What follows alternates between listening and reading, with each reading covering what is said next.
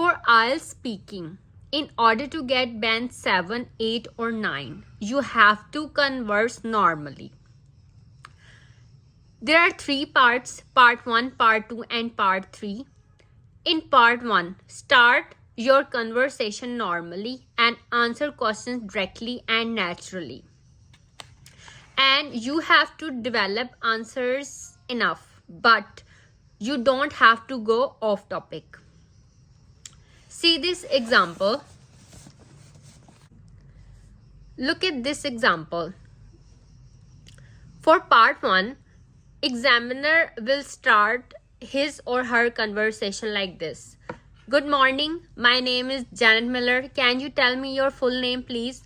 So candidate have to answer, my name is this, or people call me ma'am or something like this. You can answer like this. And then examiner will ask, and can you tell me where you are from? So I am from this country or this city. So examiner, can I see your identification, please? And then you will show your passport or ID.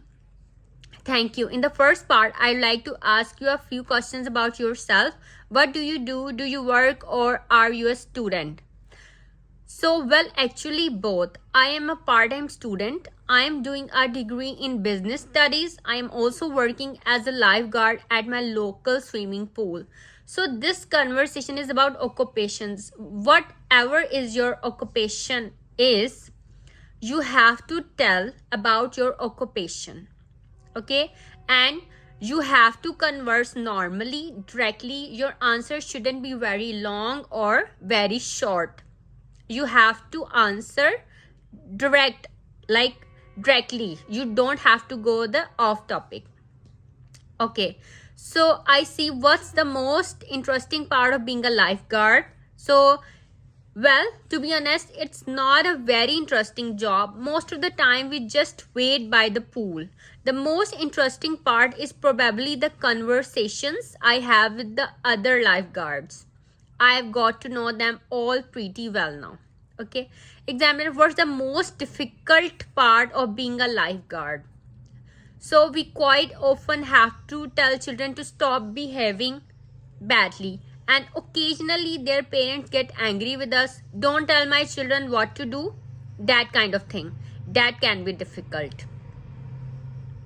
Then examiner will ask you about whether your occupation is good or not. So, well, yes and no. It's a very pleasant job in some ways, but as I said, it can be boring and it's not very well paid. That's why I'm doing a degree. I want to get something better. I see. What are your career plans for the future? When I graduate, I want to get a job in a financial institution, maybe a bank or insurance company. I haven't decided exactly what yet, but something like that. Examiner, okay, now let's talk about music and like this. So these are not short, not too short and not too long answers. Just you have to answer normally, a normal conversation. Okay, this was about occupation. Now look at these questions about places of residence. So examiner, in the first part, I would like to ask you about the places where you live. Can you describe the building you live in? Okay. Yes, I live in an apartment block. It's got, I think, 8 floors and we are on the 2nd floor. It's a modern block. I think it was built about 20 years ago. Examiner, is it similar to other buildings in the area? Yes, it is. There are lots of blocks very similar to mine in that part of the city. Examiner, is it in a conventional location for you? No, not really. It's quite far from the city center. I'm studying at a college on the other side of the city. So I spend about 2 hours on the bus every day. It's quite boring. The bus is always quite crowded. And I often have to stand. Actually, it's probably the worst part of my day. Examiner, I can imagine, apart from the buses, do you like living in your city? Yes, I do. There always a lot going on and all my friends are there. It's very lively in the evenings. There are a lot of good bars and restaurants and people come from all around the city to meet their friends and have a good time. It's a very good atmosphere. Okay, what changes would improve the area where you live? Like most cities, there's a far too much traffic. I was talking about my bus journey every day. It's only about 10 kilometers, but it takes so long because most of the time the bus is stuck in a traffic jam. Also, sometimes the city is quite polluted, especially when the weather is cold and there's no wind to blow away the pollution. So less traffic and less pollution would be big improvements.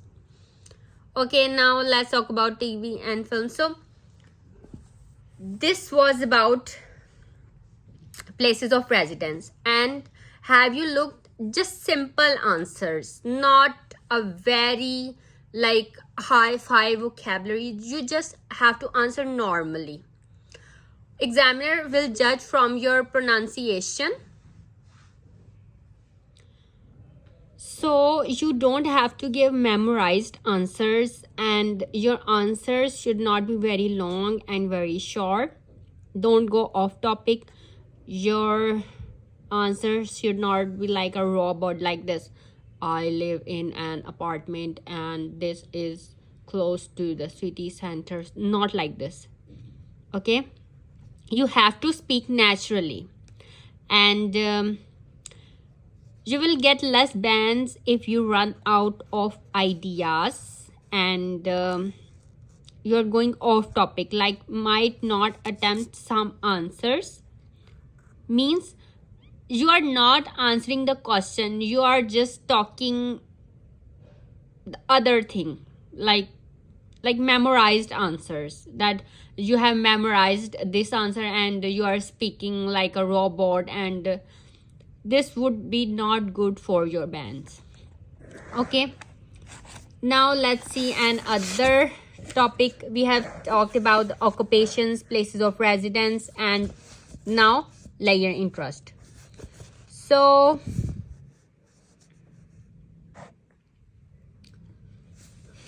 examiner will ask, I would like to ask you some questions about your free time activities, means layer activities. What do you do at the weekends? So, well, my final exams are next month. So at the moment, I don't really have any free time at the weekends or any other days. However, also use these, like however, eventually, on the other hand, like this. In general, when I have free time, I like doing outdoor activities. In this topic, candidate is using some difficult words, but you don't have to do this. You just talk naturally about your natural like your interest, like free time activities. If you are a painter, you are a book reader, or you are collecting stamps or something like this, just you have to talk about your free time activities and don't hesitate, and just practice a little bit, because if you are lacking words, like you don't know what to say and how to describe your free time activities, right now practice that. What are your think about it, that what are your free time activities? Okay, how do you do it? And what do you like about your your activities? And you are if you are a student, and if you are a professional or doing some work, then how you get the chance to do it. Okay, so you have to practice answers for these questions. Okay, and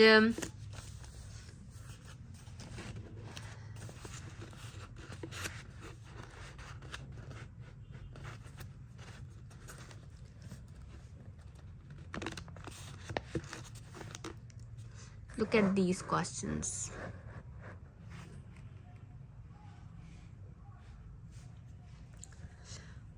How important a part of your week are your free time activities? Actually, not really that important. Perhaps if I was working, my time off would be the most important part of the week in some ways. But because I'm a student, I don't so much feel the need to let my I enjoy most of the time I'm studying too. It's not like doing a stressful job.